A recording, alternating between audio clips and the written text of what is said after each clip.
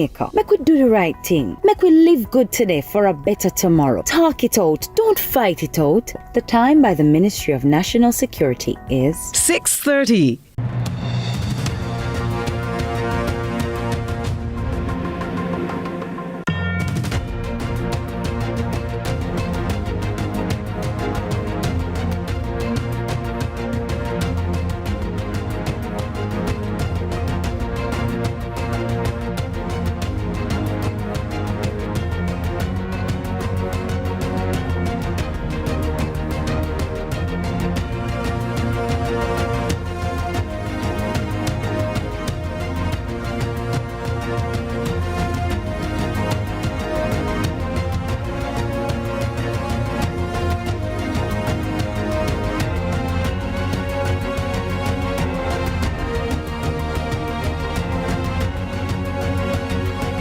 We are beginning to count down the hours ahead of what many term the most consequential election in recent time.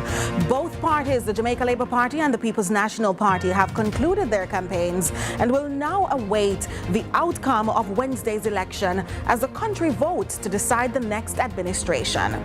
How effective has the campaign been? What are the critical issues that will be considered?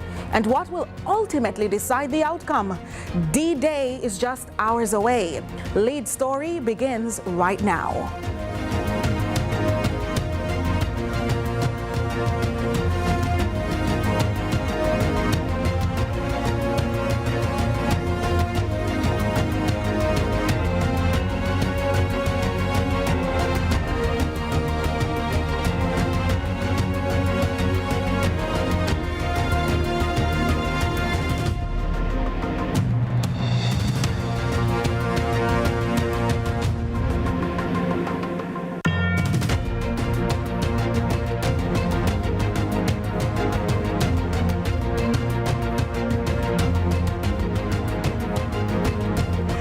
Welcome back to Lead Story. We are joined in studio by the first female president of the Jamaica Manufacturers and Exporters Association.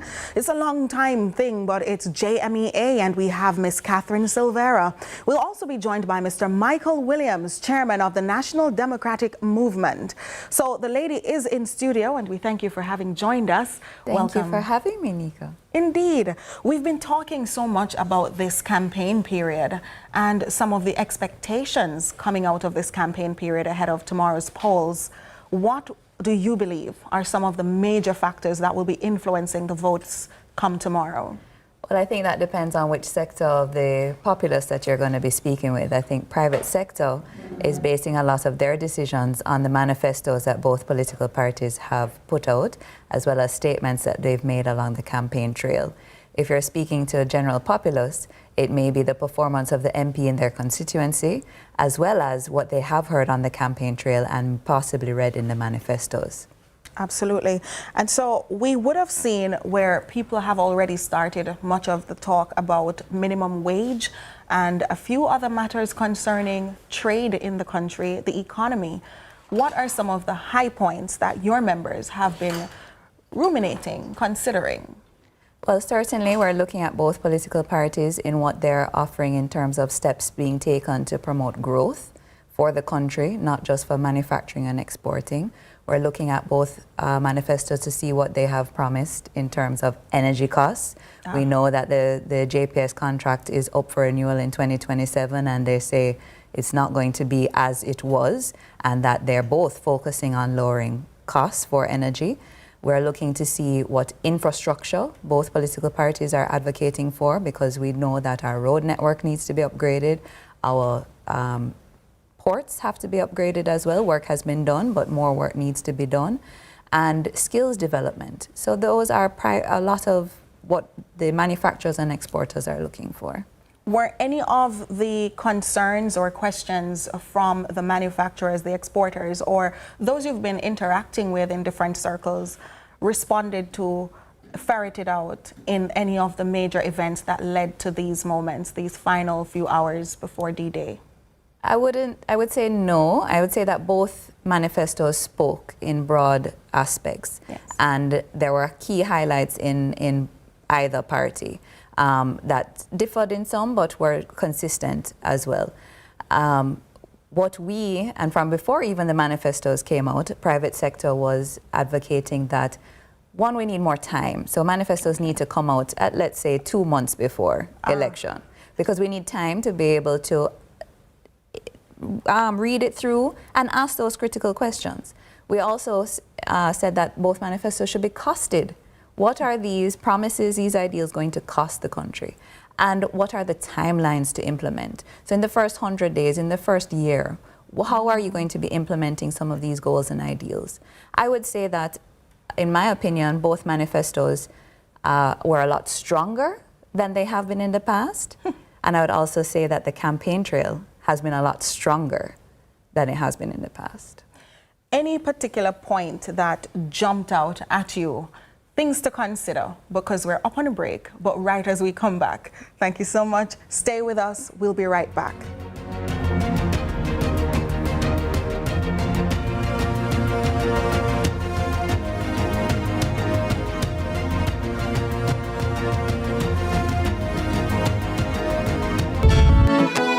We want a piece for Jamaica.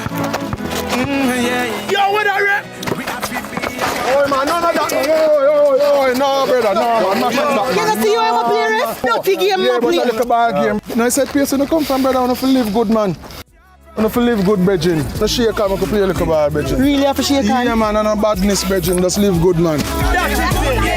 Come together as one and make the violence done. Own your rhythm, feel secure, and move through life with Abina's super absorbent disposable underwear, designed with urinary challenges in mind, providing maximum protection, comfort, and control, because nobody needs to know but you. Abina super absorbent disposable underwear, available at Independent Living, free samples in store, delivery island-wide. Rising above physical challenges, we can help you do it. When the bus the man, I want to watch my son play finals for CVM, you know. But, mums, you can't watch it on CVM website, man. Boy, my son score, my son score, my son score, my son score. Greatness begins here.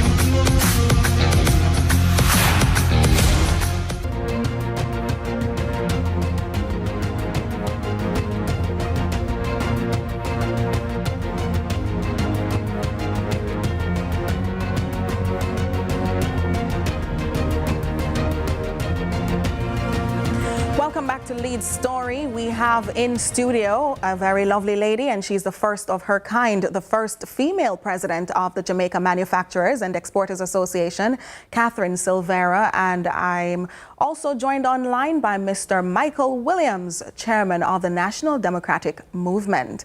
Lady, gentlemen, well, I want to invite you to the conversation, Mr. Williams. Good evening. Thank you very much for inviting me. Thank you so much for finally deciding to join us, sir. Mr. Williams, if you had been following the conversation and the campaign of what's been happening politically, and as someone who has championed for political reform, how would you characterize the quality of this campaign season? Was it substantive or more style than substance? It is definitely much more style than substance.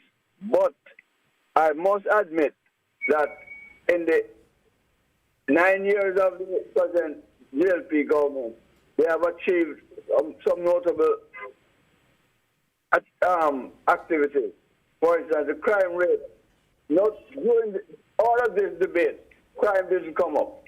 And the reason for that is that the police has been funded, and the police stations have been funded, and the morale of the police force is very, very high, and the criminals are on the run. So that is number one. Number two, the unemployment situation has dropped drastically. And as a matter of fact, no, I believe that the only people that are not employed are those that are unemployable because they have no sort of training. And maybe they chose things like scamming because a lot of them are good at talking, but they're not good at reading or writing. And the third notable thing that I would like to say is that the infrastructure, and especially water, has had drastic improvements. So with those three things, I would say that those things are good for the development of Jamaica. Okay, so having said all of that, if you could rate this campaign journey, how much would you give it out of a, say, 1 to 10, 10 being the highest? How much would you rate it in comparison to, say, previous years? Oh, this is a high campaign. I rated 7.5 to 8. This campaign. But okay. One of the things that I have to note is that the serious reforms that the NDM proposed for constitutional change, that has been on the back burner. Even the issues, for instance, the serious issues like the Privy Council and electing a president instead of a prime minister and getting direct access to voting for a president and MPs are not on the front burner. So that is my disappointment. Oh, I understand. However, the government had made an argument about that in the past, and we're not campaigning for anyone, so we're going to just jump to Ms. Catherine Silvera. Ms. Silvera, you would have heard some of the issues that were shared by Mr. Williams, what resonated with him, and some of the things he thought were important, but they never quite came to the fore. Were there any on your list of priorities? So I would say that skills development, both manifestos spoke to how they were going to develop skills and working with Heart and SDA Trust and other tertiary institutions to incorporate AI, to incorporate more technology.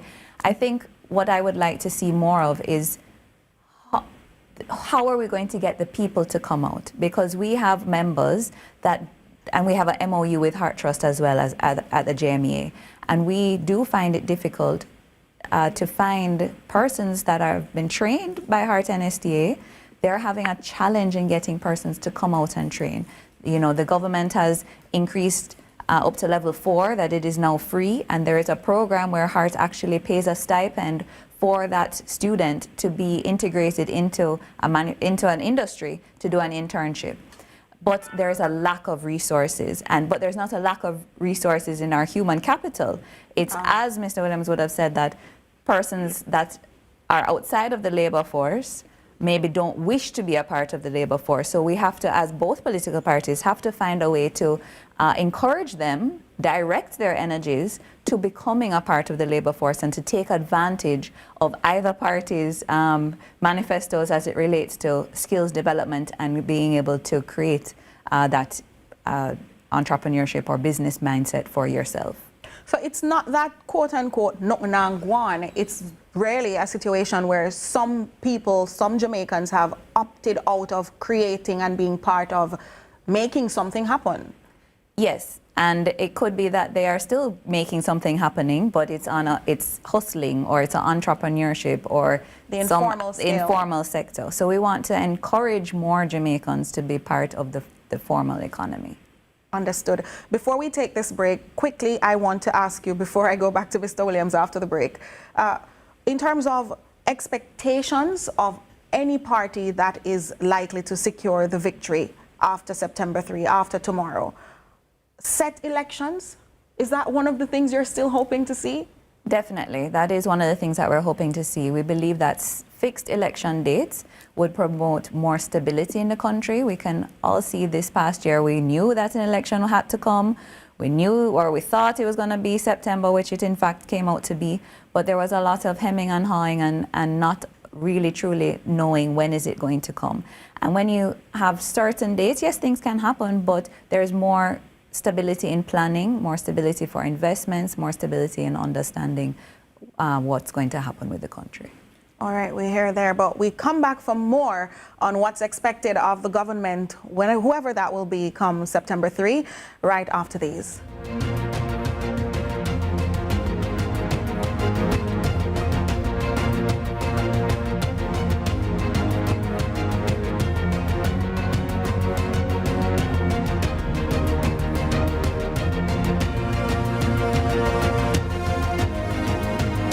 rhythm, feel secure, and move through life with Abina's super absorbent disposable underwear designed with urinary challenges in mind, providing maximum protection, comfort, and control. Because nobody needs to know but you. Abina super absorbent disposable underwear. Available at Independent Living, free samples in store, delivery island-wide. Rising above physical challenges, we can help you do it. Jamaica is paving the way to becoming a republic or future or choice. The time by the Ministry of Legal and Constitutional Affairs is 6:45.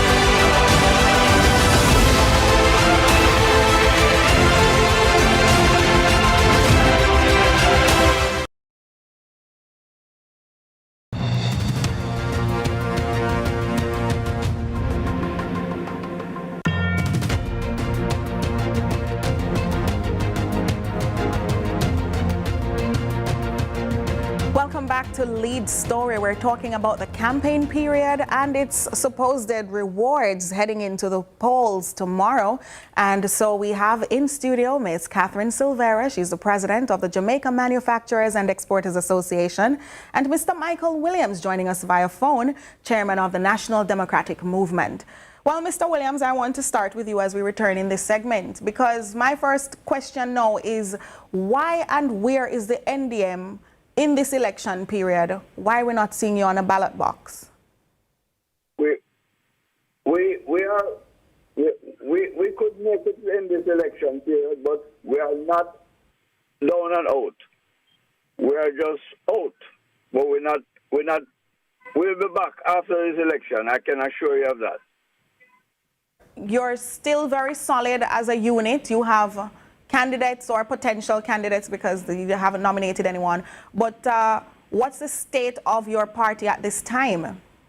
We have to rebuild our party. That is the truth of the matter. And we have every intention of doing that because neither the GLP or the PNP are addressing the real issues that concern the people. For instance, education is dismal. And none of the parties have addressed early childhood education. Without education, the country cannot grow any further. We need to educate, and we need to begin from early childhood level.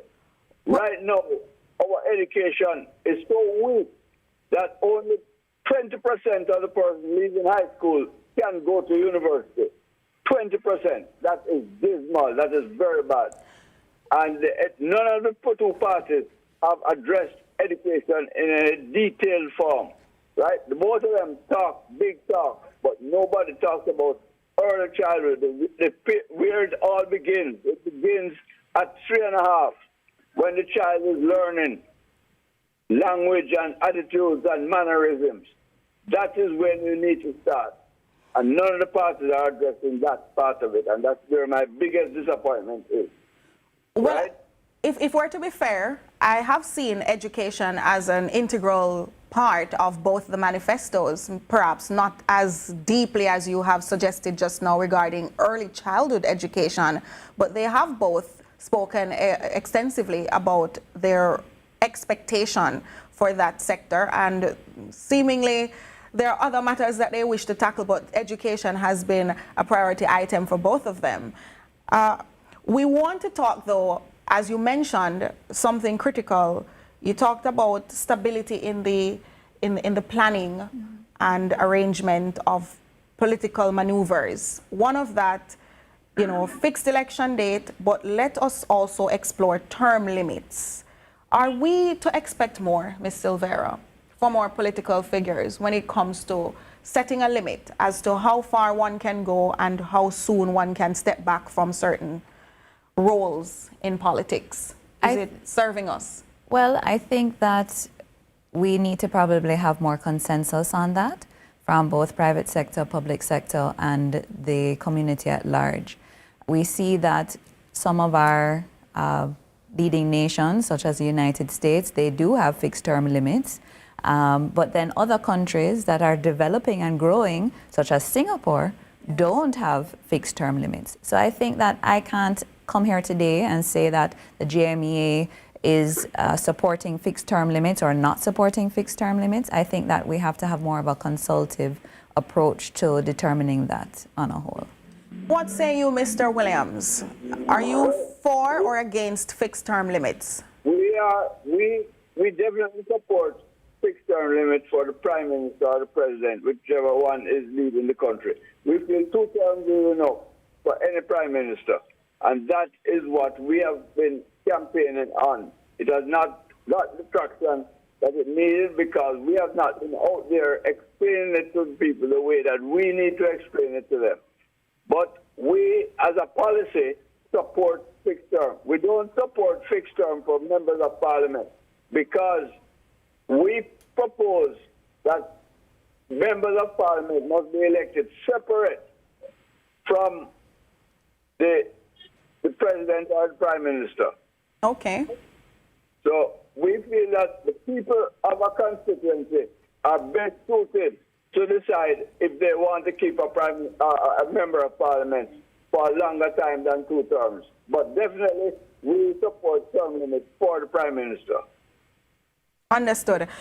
Do you believe, though, maybe I should throw this to you first, that the electorate, do you think the electorate is more informed, more empowered, rather, this cycle, and are perhaps less likely to be apathetic in the process? So based on the campaign that you've spoken of, based on the issues that you've highlighted and some of them that have seemingly been addressed so fulsomely, do you think that there will be more voters turning out to the polls tomorrow? Well, based on the exit, based on the results of the elections that just went on for the security forces and electoral officers, that has a 57% turnout.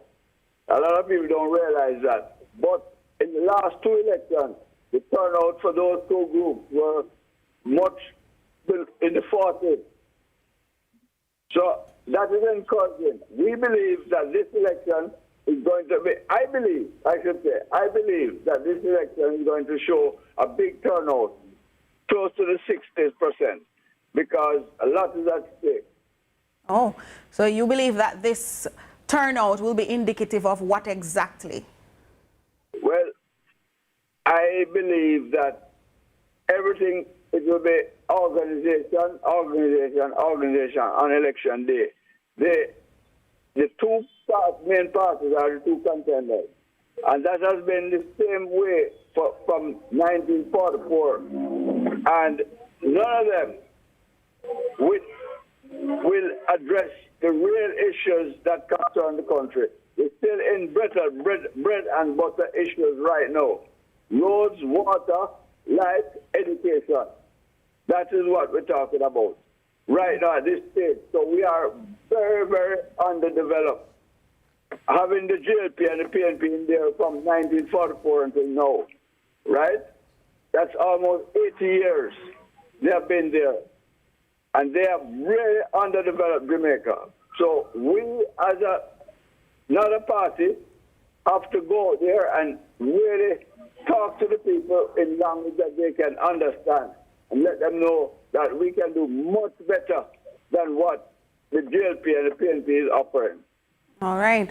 But I want to bring back the JMEA boss, because if you had to name one policy, Ms. Silvera, policy shift rather, that could unlock growth for Jamaicans and Jamaican exporters, what would it be? And do you believe that either party can deliver? I think it's a combination of policies. And so that is, one, we have to become more competitive as manufacturers to be able to export to more than just our diaspora. And some of our larger companies have certainly achieved that. When you look at Grace Kennedy, Seprod, companies like that that have larger economies of scale, they've been able to develop the diaspora and other markets over a longer period of time. But for our micro and small and medium members, I think that, one, we have to certainly lower energy costs. That's a big input in terms of our costs. We have to become more productive. We have to do more with the same amount of time. We have to produce more. We also have to look at technology. Other countries around the world, other manufacturing countries, have developed and implemented AI technology and knowing how to really harness that growth. And then we then have to then go out and develop other markets, not just Jamaicans. So, and we know that producing and selling locally to our maybe just under 3 million Jamaicans in Jamaica is not going to get us that growth. And neither is going to sell it if we sell only to the maybe 3-4 million Jamaicans out there in the diaspora. We have to expand to Central America, South America, of course North America, but we have some trade policies that might be limiting us. Europe, Africa. Africa is a huge untapped market. So we also have to possibly see incentives for export. So in terms of maybe incentives in terms of marketing our brand, because if it's not being targeted to the diaspora, we have to create awareness and inform persons of what these products or services can do for them and how they can benefit. We can look at tax breaks possibly in terms of those things, marketing, visiting markets, new product development, research. Those are avenues that can be looked at to provide incentives for our sector to help to provide growth. All right. Final seconds are going to you, Mr. Williams. What do you say about where we're at